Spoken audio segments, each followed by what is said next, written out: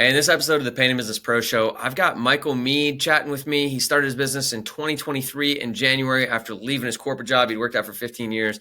In 1 year, the dude has grown his business to having a team. He's not doing estimates anymore. He's not managing projects anymore. And he's knocking down $150,000 in revenue per month, making $40,000 in profit per month. And he only has to work about 15 hours a week. The dude has had an incredible run after almost quitting in his first 3 months. So he's got an amazing story. He's just an amazing guy. In fact, the notes that Christiana gave me for this interview is it says, he is so cool, has such good vibes. This will be a great episode. And it is. I hope you enjoy the conversation as much as I did. This is the Painting Business Pro Show, where we share inspiring stories from people who are just like you, who have created extraordinary results in their business and their life. We'll take the mystery out of it and show you behind the scenes exactly how these results happen. There's a simple process and a roadmap to follow to create life-changing success in business. You are capable of more than you realize. So listen in, discover what's possible, and let's unlock your potential. Let's go. All right, guys, so welcome to the show. I got Michael Mead here today, and super excited to chat with Michael. I actually hit him up recently. I was like, going to prep for this call, and I said, hey, actually, don't say anything yet. Save it for the show. I'm going to have Christiana talk to you. And so I've got all Christiana's notes here.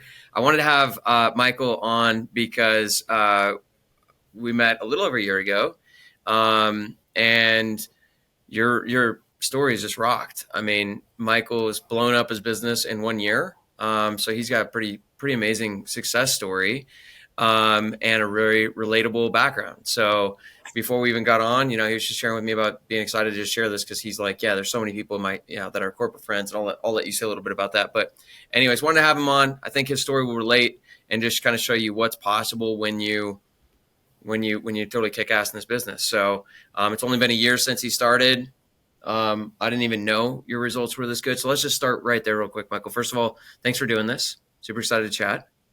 Thank you. It was hard not to ask you how things were going when we talked on the phone the other day. Yeah. I was like, don't say anything.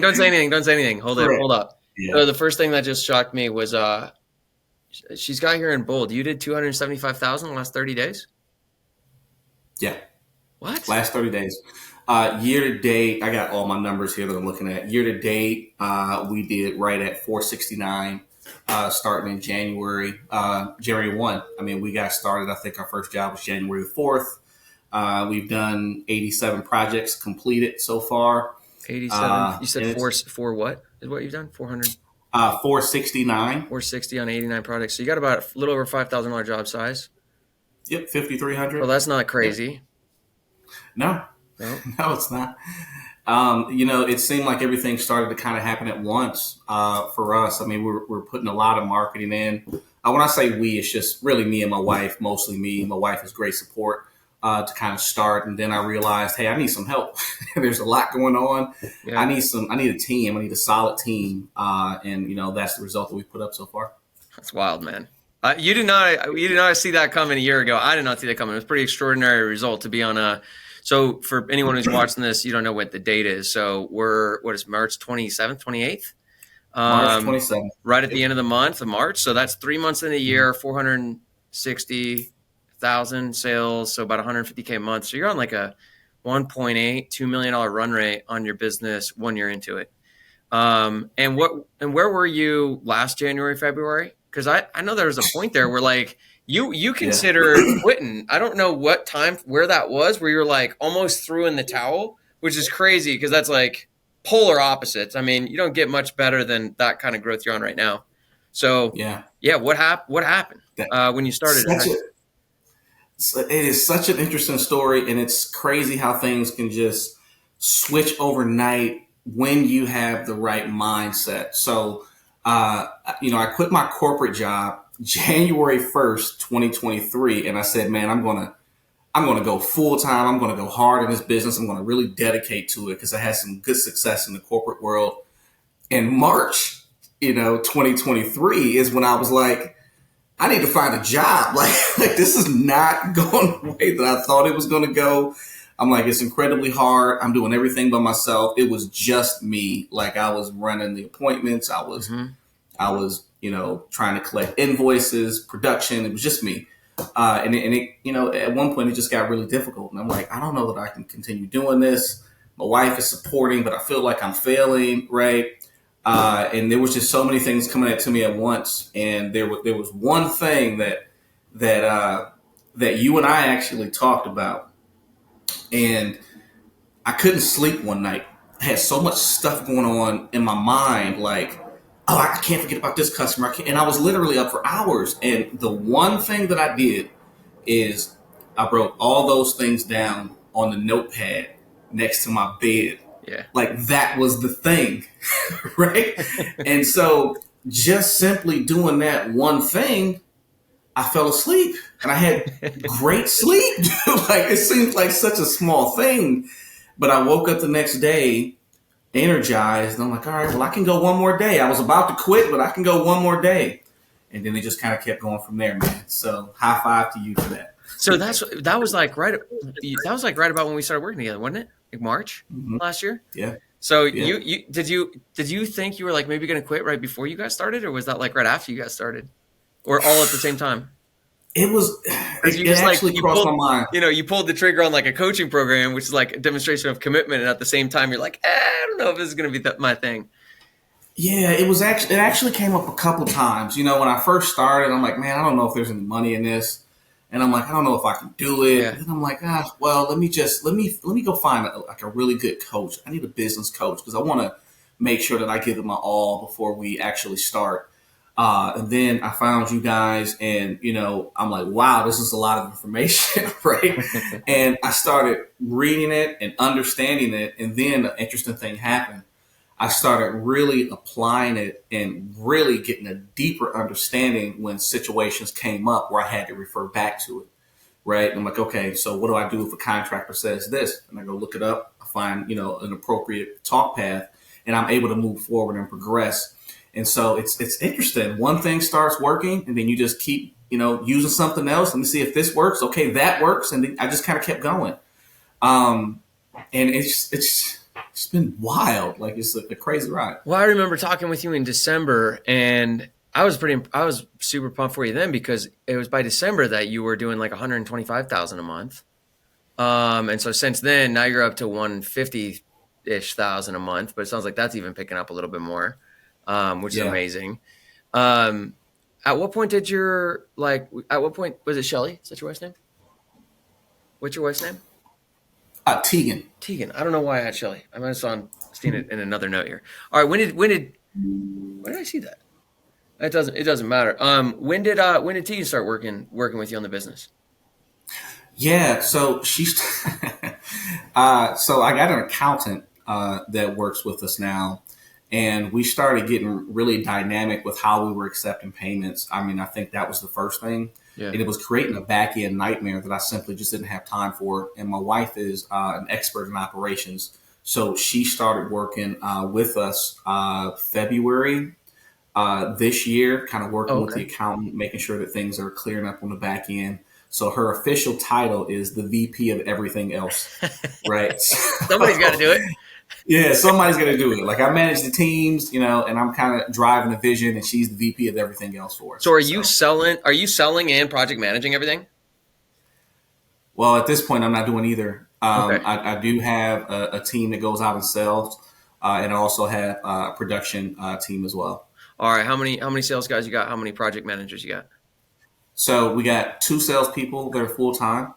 And we have 1 full-time production person and 1 part-time production person that's actually a commercial painter also. Okay, great. And I mean, it's beginning of the season here, so that you've got the team to actually ramp up a little more than you're at even right now, which is super exciting. And then you have an office manager as well, someone who's handling like phones and administrative, or is that Tegan? Yeah, I do. So he's a virtual assistant. Okay. So I wanted to find a VA that share the same time zones, or at least close to where we are. So he's over in Venezuela, and he's excellent. And he kind of handles everything that comes in on the back end, phone calls, sets appointments, confirms them. Wow. If I get a personal call, he'll transfer it over by giving me like a notice first. So he's been excellent to have. Amazing. All right. So you just blazed through phase 1. You're full blown phase 2, at least according to like the roadmap that we've got laid out there. And how's the profit margins and everything? Profit margins are good. So as of like right now, it's okay to share, right? Yeah, the more the Okay. better, man. Yeah. Yeah. So as of right now, we're at 29%. Depending on what kind of happens that month, 27 to 29. We're right in Bottom there. line, net profit. Mhm. So Yep. after paying labor, materials, sales, production, office, marketing, your office space, your Yep. insurance, everything, you're operating at 27 to 29% profit. Correct. Okay, so you're I making, even have a salary in there, a little salary that I take yeah. as well. And then after my salary, after marketing, everything, we're at 27, 29%. So not bad. So about 40K a month ish. Yeah. Not bad, dude. Not bad. Kudos to you. So quick, just a quick little suggestion, if I may. Uh, One of the things that can happen is when people are like booming with success, like you have, it's like there's this tendency of like I'm invincible and I just want more. Now is the time where it's like, dude, you have it freaking made. Now is the time that's like, okay, something just shifted and became the most important thing, which is like securing what has been built. Is more important than building more. Secure this, like this, get this foundation you've got here rock solid. Make sure those two sales reps are killing it and their lives are good. They go through that master their time training. Like they're knocking out of the park. They're living great lives. They're not going anywhere. Make sure those two project managers, their time is dialed in. Their life is dialed in. Their project management is dialed in. Your guy in Venezuela, like he's taken care of. That all your numbers are clean. That customer service is on point. Like now is actually the time to like pump the brakes a little bit on growth to secure. I went to a wealth. It's called Wealth Factory, but Garrett Gunderson, he's an amazing dude. He's written some books. I met him through a networking group, and he used to run this company called Wealth Factory, and I went out there, and it was for entrepreneurs who are making over 300K a year, essentially, and up to millions. And dude, so much of the education there is like protect what you've built. It's all about like people who are wealthy. Like one of the most important things you got to do is protect that wealth now. And I think it's the same thing with like you've built this cash flow, protect that cash flow. Um, Yeah. and I've seen that happen a lot where it's like, oh my God, things are going so good that it's like because you've experienced so much success with it that it's like just that would be my suggestion. And you might be like, dude, we're dialed on all that. Awesome. Just make sure that you are before you go, okay, now let's get to 300 a month. You want to make sure that Yeah. that first 150 a month is like rock solid, impenetrable, you know. That's great advice, man. Yeah, because you start thinking to yourself, like, I mean, we're just people that like progress, right? Like everybody likes to progress, and so I mean, those thoughts have come up. I mean, but you bring up some very interesting points, and that's kind of what we're doing now. Like I think my role is moving more to making sure that from an operational standpoint, Yeah. things are getting tighter. With the team, and our motto is we're obsessed with the customer experience, right? Yeah. Like, there's a lot of painters out there. I mean, we're in Texas. I mean, there's Yeah. thousands, right? And that being said, like, why would someone select us? And it all goes back to the customer experience, and everybody in my team knows that. So, Killer. 100%. Yeah. Yeah. I mean, that might be a good time. Like, Christiana's going to know here that you have something cool, like a 2% customer service fund. What's that all about? Oh yeah, yeah. So I call that my customer sat budget. On my P&L, it's uninsured losses, but we do the 50% as well to the company, and then the 50% to the subcontractors. But we also take 2% from every single job, and we just put that to the side for customer service or customer sat, right? And the idea behind that is, something's going to come up. I'll give you an example of something that happened. Like, we were with a customer. We were supposed to go at 9 o'clock. The guys were a little bit late. They showed up at 9:30, but my production person took donuts, right? Like little things like that, and it came out of the customer satisfaction budget. We were moving the television around. I was there. I was talking to the customer, like sitting on the couch with Yeah. them. And as they were taking the TV down, you know, TV just broke. Once they put it back up, the little television bulb or whatever it was. But the reason we started doing it is number one, it's coming from that side of the business anyway. Mm-hmm. Number two, if I had to charge the subs, that amount of money, it would have It sucked, wrecks them. right? Yeah. For that Yeah. for those guys. You're not building Um, great relationship with them doing that, which yeah. is, this is one of the benefits. Side note for everybody, it's like kind of one of the benefits to being an outsider from this industry is you're kind of Hmm. bringing like, because the norm in our industry is more like everybody's fighting each other a little bit, and it's like you did that, it's Yeah. on you. There's a lot of finger pointing, and not just painting, but like the construction industry, new construction, all that kind of stuff. Um, Right. so, anyways, I'm 100% with you. We don't have it actually allocated, but we have the same principle. It's like we just Yeah. do whatever we got to do, and we're not going to put it on our subs. We got to take care of them. Exactly. And so, we took the TV down. The TV broke. It was a 75-inch TV. And, the subs were panicking. The customer was upset. But, as long as we had the budget there, we just took it from that, went and got a new TV and installed it like the very next day. I mean, it was a seamless process. And the customer was incredibly, satisfied, from that experience. Yeah, And the other thing is, I actually require my team to use it. Right? yeah, Like if there's too much customer sat at the end of the month, and we don't have enough 5-star reviews, there's reasons and ways we can use this money.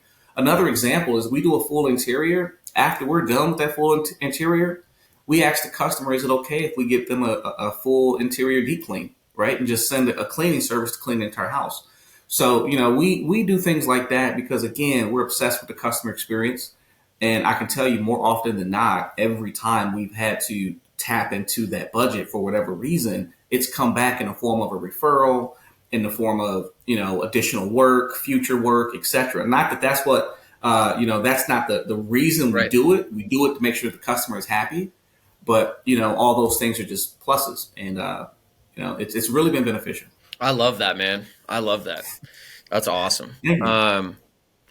Yeah, I might steal that one from you. That's good. Yeah. Yeah. But it's just good Absolutely. business, man. It's smart. It's like, why isn't everybody doing that? It's one of those, it's just one of those things. Like everybody should do that. Everybody should be Yeah. doing something like that. Um, 100%. so I'm curious, and then I want to dig in your background, but what's your schedule look like right now? Oh, man. So, right now in the morning, I wake up. I don't use alarm clocks, right? Like Great. that's one thing I got away from alarm clocks, and that has already lowered my blood pressure, I bet. I right? bet. Yeah. So I get up in the morning. My team pretty much knows what to do. I'm probably active at about 9 o'clock with the company. But before that, that time is mine, So I Yeah. see my son off to school, see all the kids off to school, have coffee with the wife. It's just a very relaxed start to Yeah. the day, right? If I need to go to the gym, I'll run to the gym a couple days a week. I'm a golfer, and it gets Yeah. hot in Texas. Yeah. So in the morning, I'm going to the driving range before the sun comes up. I mean, that's my time, and it's protected, right? So that part is, I wouldn't trade that for anything, Yeah. right? And then the crazy thing is, when I actually start working, man, I love what I do. I love what I do, right? Like it's not even a job to me. It's so much fun. Even when you got customer issues, there's a way to handle it. I might be working till 6, 7 o'clock just because I want to. But if I wanted to turn it off, I could do that, right? Like no problem. We went on a week-long vacation, 7 day. My wife and I took a cruise out to Mexico, and business worked like a charm, right? Came back, no issues. And that was the first time that I really understood that I could step back a little bit and things are working because of the systems we put in place. Yeah. Um, in the beginning, it feels like a lot of stuff because it is. But every single thing you do, as long as you have the intention to put a system behind it, there's light at the end of the tunnel. Yeah. Well, and that tunnel was pretty short for you.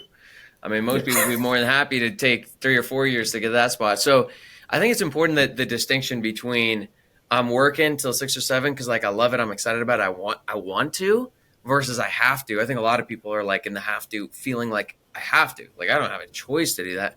How much? I'm just curious to make the point. How much would you say you'd have to work a week to keep everything just running? Because obviously you're still building and working on the business and a lot of things you want to do. But what's your, if you Yeah. really wanted to, man, the weather's just so perfect for golf. Like I want to get out there 3 days a week. Like, could you? Like, what's your? Yeah. 100%. So 100%, I can do that, and I do that. When the guys want to get a round of golf during the Yeah. week because they have the day off, I can make that happen.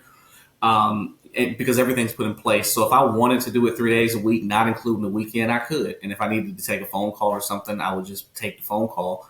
But yeah, I mean, I would say I probably have to work about 15 hours a week. Beautiful. That's about what Um, it should be. At phase two. I'm glad to hear that that's the number. Because if it's more yeah, than that, you probably should answer your team's calls a little less and let them learn a little more.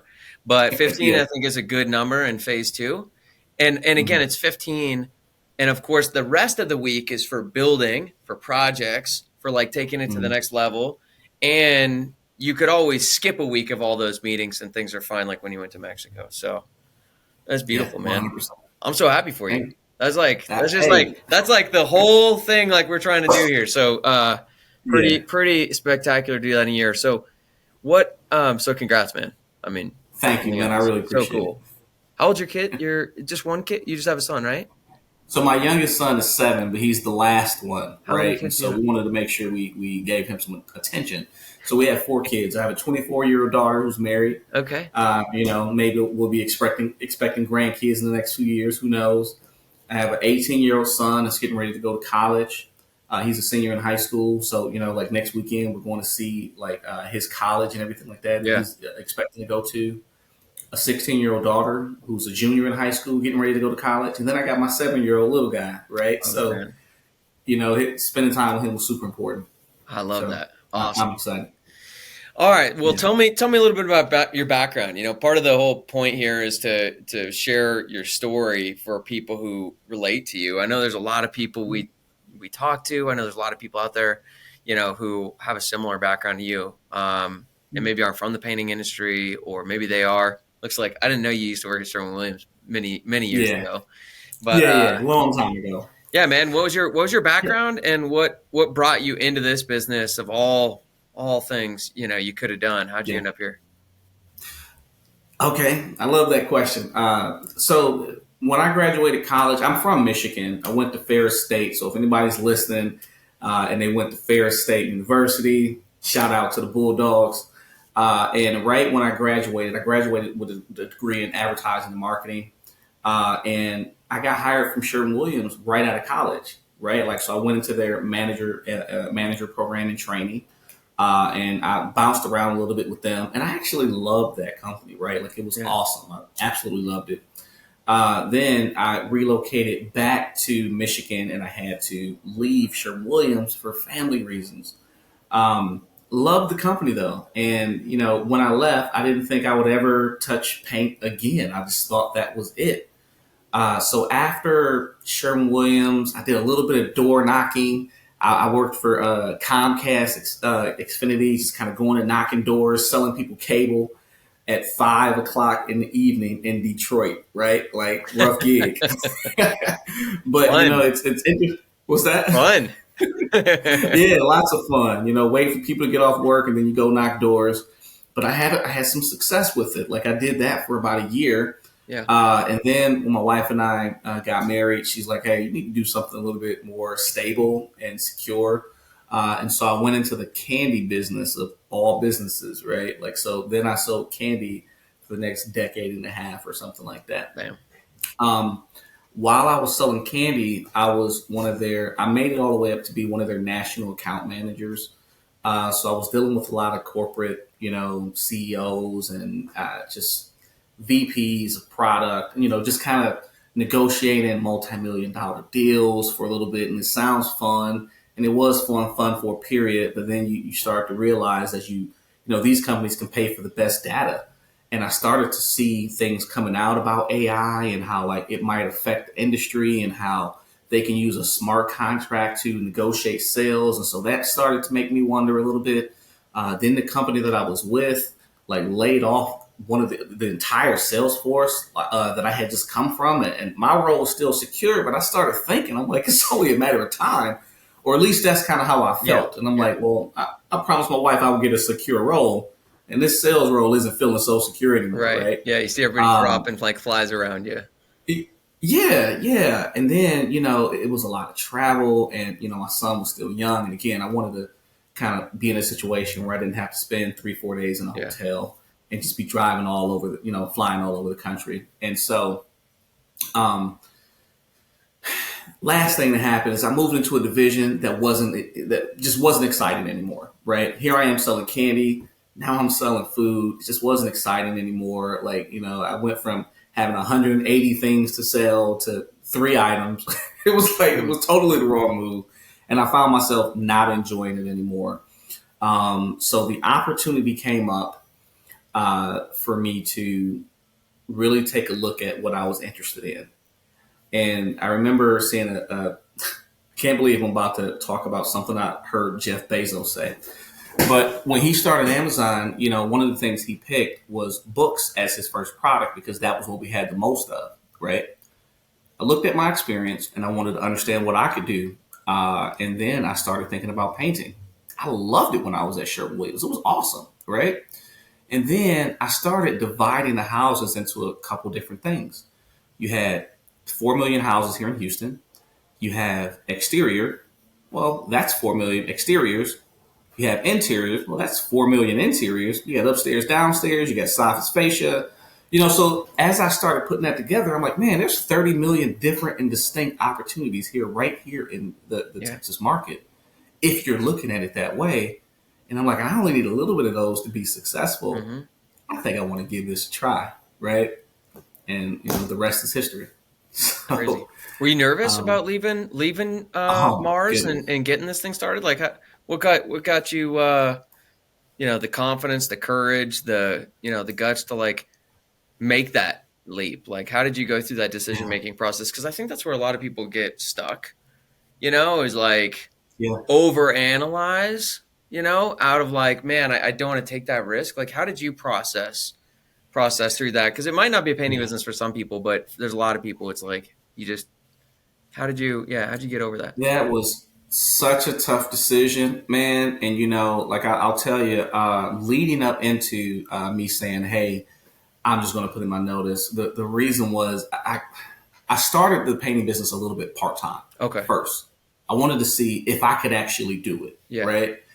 And I was working my full time job. I was doing painting part time, but I was making some sales. And then I started looking at my paycheck. I'm like, well, how many sales do I need to sell to Yeah. like replace my paycheck? And as long as I had been there and I had worked my way up in my salary and everything, I realized it wasn't that many, Yeah. right? Like that was the first thing that kind of gave me some confidence. And then in the back of my mind, I had this great vision of how they would send me off as a company. And this is no shop, no nothing against the company, but in my mind, I had this vision of like a dinner and cards. It was an email that said thank you for your service. You know, 15 years. yeah. And I'm like, okay, well, all right, I get it, right? And then that was just that's it. that's heartless, man. That's ruthless. Yeah. But what I'll say though is, the night that I finally gave my notice, like that first day after being without an actual job, man, you panic. Yeah. You don't know where the next opportunity is going to come from. Uh-huh. But if you just have some belief in yourself that things will be okay and just focus on where you want to go and what's important and not all the negativity, you'll be just fine. And that was part of my problem that first 3 months. I was so worried about what I didn't have. And I was worried, that I don't have the security of a job, right? Like that was the thing. Once I switched my mindset and just focused on the goal and forget all that other stuff, forget all the negativity, forget all the, you didn't close that deal type thing. And Yeah. what can I do to make it better next time? You'll be just fine. Yeah. Well, Yeah. I'm glad to hear you started it part time. I've got like a whole video on that, but that's my suggestion too. Is like, look, you just start it part time, prove that you can make Yeah. money from it, and then you just do the math where you're like, if I just did this full time based on how I'm doing it part time, I would Yeah. make more in my business than I do for my job. Oh, yeah. So I think that's a great risk averse way to do it. You could just rip the band-aid Hmm. off and do it, but there's a lot of risk there, and I think a lot of people don't have the they're not in the situation to take that risk. I need that Yeah. income coming in. So You just reminded me of something that I did that I thought I was doing it right, but apparently I had created my own way to do it. So early on, when you don't have a bunch of money sitting there, you go to the normal lead services, right? And, $1,000, let's say, it gets you 10 leads. Out of those 10 leads, you might turn three of them into appointments, right? And, that can be great for a lot of people, but I needed to really capitalize on my money, right? So this is the one thing that I did that's different. The 7 leads that I didn't get, those were the actual doors I knocked, Oh, no kidding. right? So I knocked the doors of those leads, and the first time I did it, there was 7 leads that didn't turn into an appointment. I went and knocked those doors, and I closed 2 of them, right? And so those weren't. I mean, so that right there in itself was a creative way that I did early on to make the most of my marketing I capital. mean, that's huge because even if you got, let's even say that's like Angie, and those are like 100, what are they, like $120 leads or something now? Yeah. So you might spend on those 10 leads, $1,200, Hmm. but the door knocking, you closed 2 for 10 grand. That's all. You didn't even need the other 3. Probably closed one of those Right. too. All of a sudden Yeah. that, I mean, you go from selling 5 grand on 1,000 spent to like 15 grand on 1,000 spent. Yeah. That's a Yeah. beautiful little gem, man. Yeah, I appreciate it, man. And Yeah. that was the thing. And I guess the reason I came about it is I'm like, man, Texas is so large. Like, and I don't know the area. I don't Yeah. know. I'm not from here. So I don't really know the area. I didn't know which good neighborhoods to go knock, right? And so I'm like, well, I know these people are at least somewhat interested. And I didn't just knock those doors. Like, I knocked the whole block with Right. a target house, Right. right? Knowing that this is the house that requested, like, Right. an appointment, and that has worked. Do you still do that or have somebody do that? I do. My salespeople will still do that, regularly, right? And it's really lowered our marketing costs too. Hey, say that again. That last part. If I'm sorry, it's really lowered our marketing costs a Oh, lot. dude, huge, huge. I mean, Yeah, it's probably on something like Angie with those kind of numbers. It's probably almost doubling your sales per lead, which is cutting your yeah, marketing cost in half. Which is hmm, a significant. I mean, for a lot of people, that's 15%. I mean, that's 7% back yeah, on the bottom line, um, yeah, and it's double the volume. So, I mean, that's a huge thing to do. So, anybody who's listening to this who's like early startup mode, it's funny because a lot of times people who don't have enough estimates, it's like, well, if you don't have enough estimates, you know what you got? You got a lot of time. And what are you yeah, doing with that time? And that is a very savvy thing to do with your time. yeah. I appreciate it, Kudos to and you. it's Yeah. it helped. It's still helping. I mean, I love it. Anybody that is trying to get started, just give it a try. You Yeah. already know that they're interested. Dude, I'm going to steal that too. We need a 2%. Yeah. And take some notes here. We need a 2% customer satisfaction fund. We need to knock the doors of the leads. What else Yeah. did you say? There's something else I got to steal. I'll have to listen to this again. Good stuff though, man. Really good stuff. I appreciate What were the things when you were on the verge of like, man, should I do this or not? What were those couple things that you started to implement that like turned the tides? For the business in general. Yeah, it was like last Marchish, right? It was about when we started working together, but also when you were like, I'm not sure if I'm going to do this or not.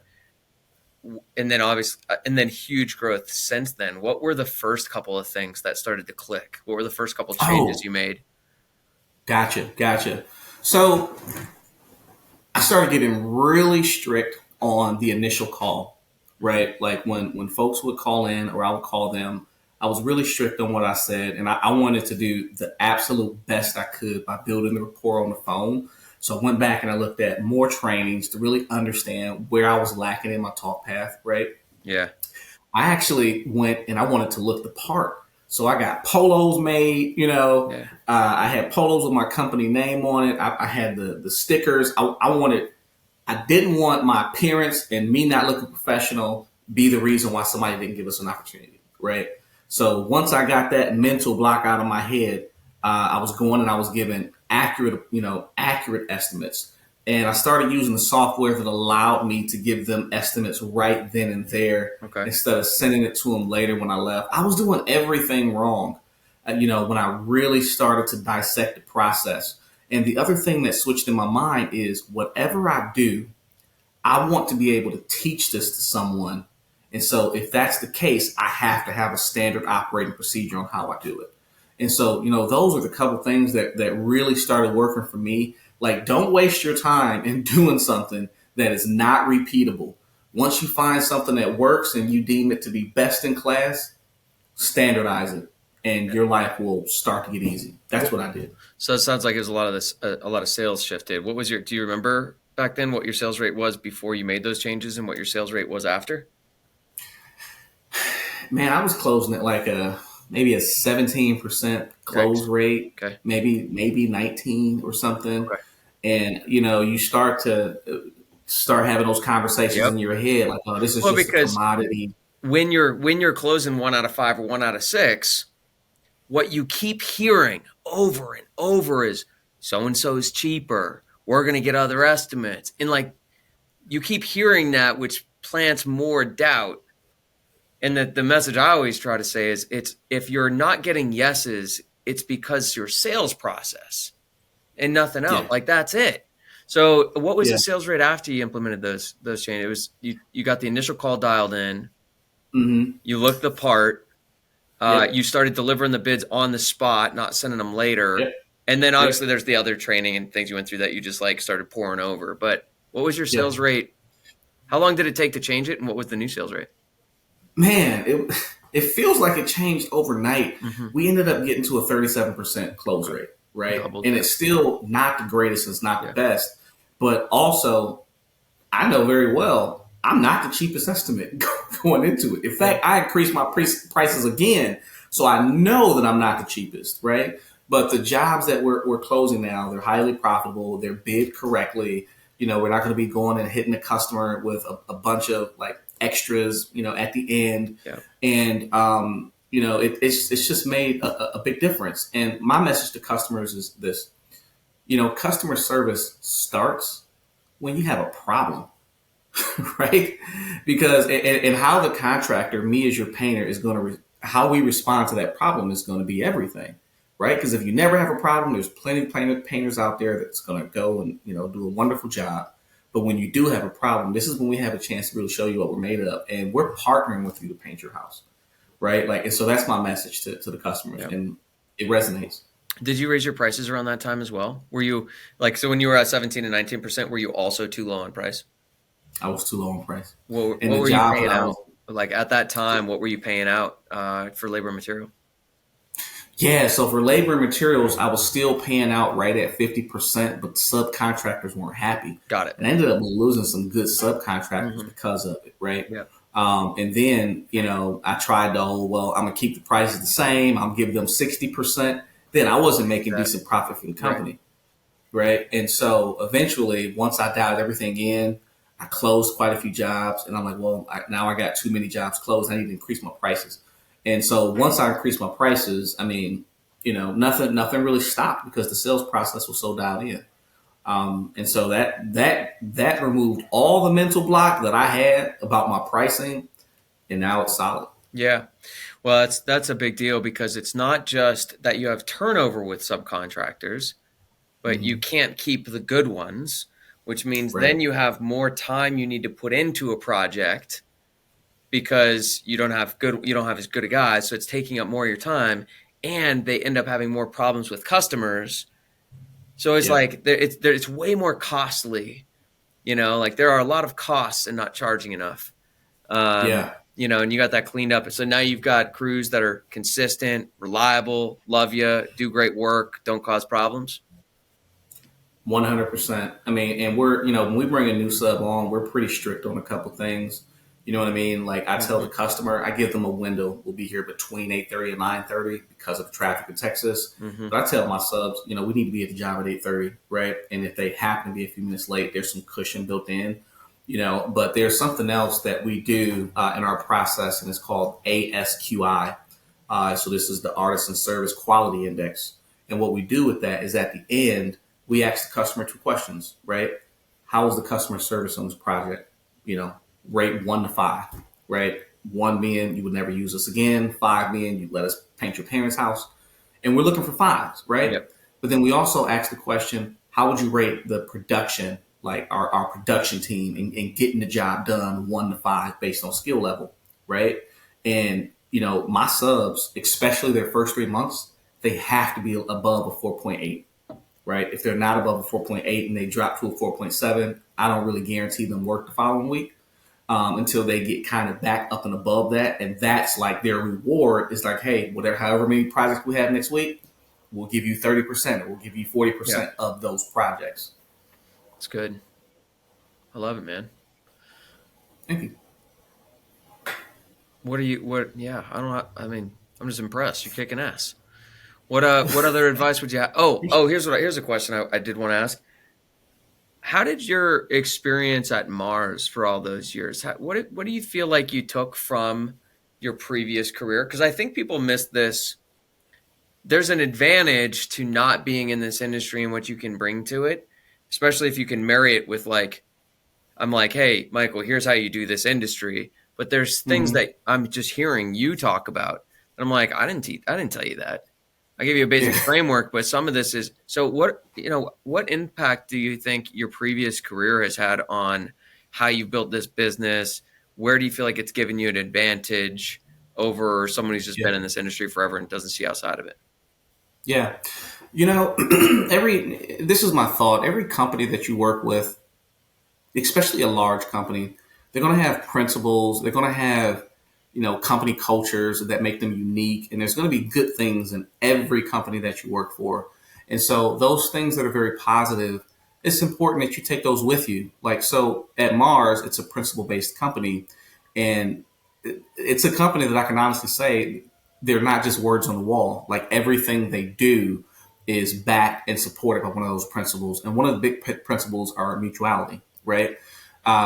Responsibility, making sure that everything you do is efficient, and just the freedom to make these good decisions. So, managing sales teams, because at one point I was one of the sales directors here in the Texas market, Mm-hmm. and we had quite a few associates, that were that reported into us, and understanding how to treat those associates, making sure that their opinions, do count, making sure that when their voice is heard, just making sure that I can manage the vision. Hey, we're doing this because this is where we're trying to go. Getting everybody aligned in that, and moving towards one common goal. So, the corporate structure that I had back then, like every person that worked in the company followed these same type of principles. So I was able to bring those principles here. Another one of the capabilities that I really, built in my corporate job was building and managing sales teams. Mm. And so something that came into play, we went to a home show, we did a home show and we had a commercial opportunity that was exterior. Well, I didn't really know what I was doing, right? Like, let's just be honest. But I knew how to pull the people together to make sure that we gave an accurate estimate. I had my Sherwin-Williams person. I had my production team. I had my main contractor that was going to be doing it all. And we worked on that estimate together. When we submitted it, it was 100% solid. We won the job, and we've done some notable projects here. Not because of my expertise, because I'm not a painter. But when we get everybody together and we talk about what needs to happen and we do a site visit together and we talk about all the dangers, then you can really manage that risk, Mm-hmm. right? So, I mean, that's kind of what I bought from the corporate world here, uh, and it works. Exciting, man. Uh, yeah, super exciting. What is there anything else you would anything else you would want to share about like your experience over the last year, things that worked, things that didn't? Any other advice that you'd want to pass on to someone who's just getting started, or yeah, really just getting started because that was your path. But I think there's Mhm. a lot of really valuable things that people could take from this conversation, even if you've just been in the business for a few years. But yeah, someone who's just getting started or about to, any other advice you'd want to pass along? I would say if you're thinking about giving this a try, like and starting your own business, you have to work on your mindset daily. Daily. Have a pep talk with yourself. Find a positive thing to focus on and do that because there's too many things that can get in the way. Self-doubt is the biggest ambition killer out there, right? And I'm a victim of it. I was a victim of it in the early parts of it, and I didn't see any success. As soon as I flipped the switch, everything changed. Like, that's number one. I would say number two, you have to track everything. If you don't track everything, you're going to be spinning your wheels and you're not going to be able to make good business decisions. And when I say everything, every dollar that comes in and out of your account, you need to know where it's going. Yeah. We hired a bookkeeper, and our bookkeeper has been fantastic. So I know where I stand each and every month. That's a big deal. And I think the third thing is, we underestimate what we can actually achieve, right? Do it responsibly. But we do underestimate what we can achieve because we're actually doing things now that I had no idea I would be able to do. Like, this was the furthest thing from my mind, is to have success in this business. And I guess the one bonus thing I would say is that this is a people business, and how people feel, at the end of the day matters. It matters on how hard they'll work for you. If the customer needs a little extra, like when you're dealing with your subs, if they need a little extra and your subs aren't that fond of you, just because you give them a paycheck, that's not always it, right? It's not always the thing.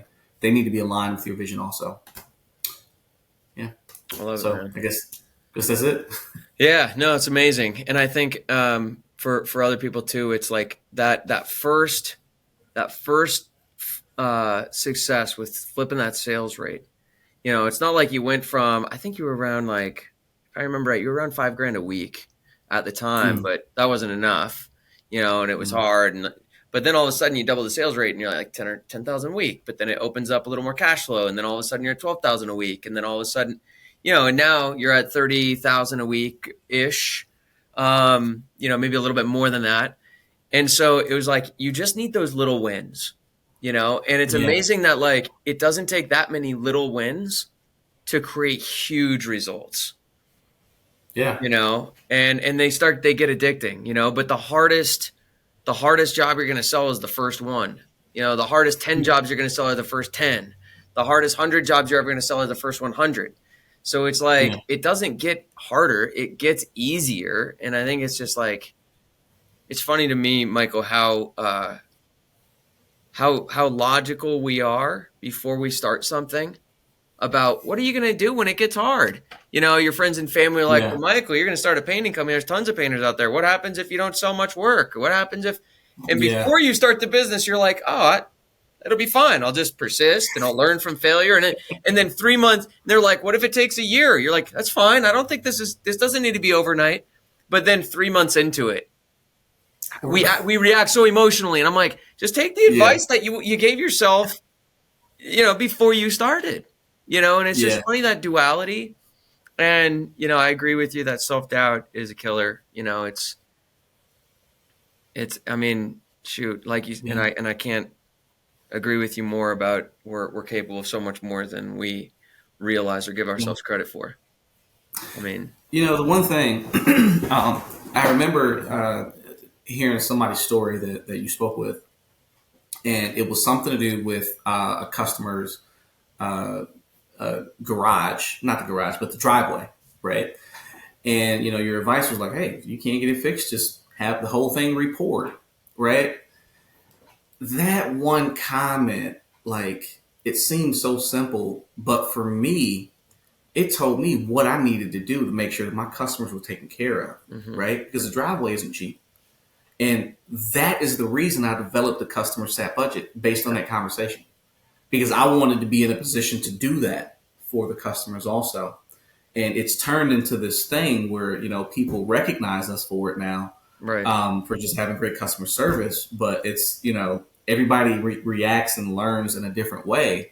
But I'm here to tell you, like, this is a fantastic business to be in. It really is. The opportunities are there. You don't have to worry about AI.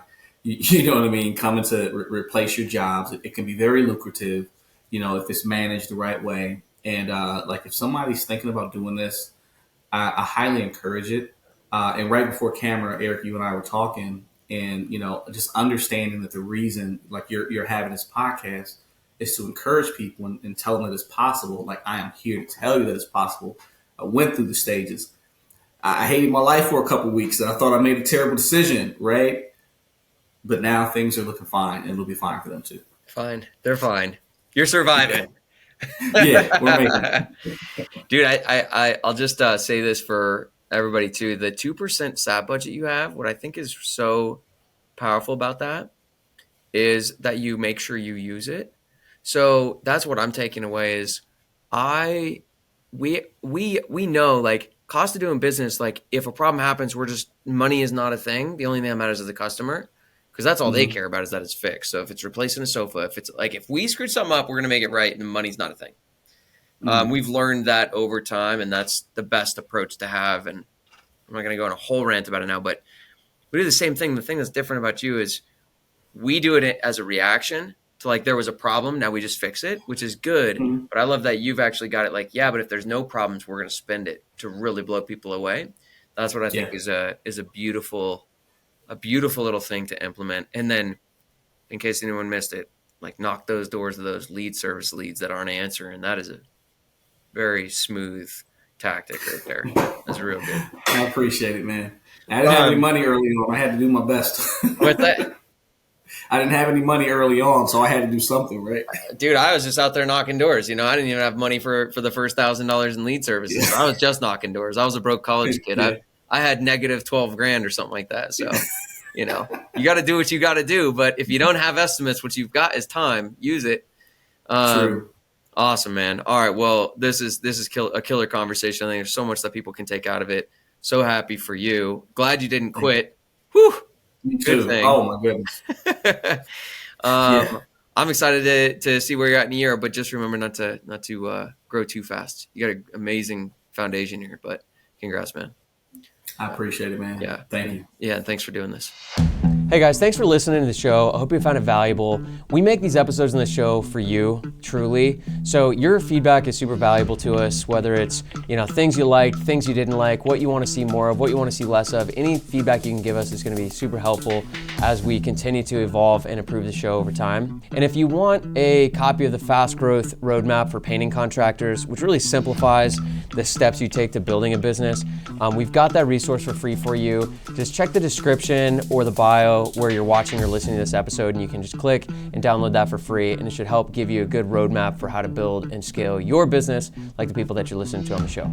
So thanks for listening in. We'll see you soon.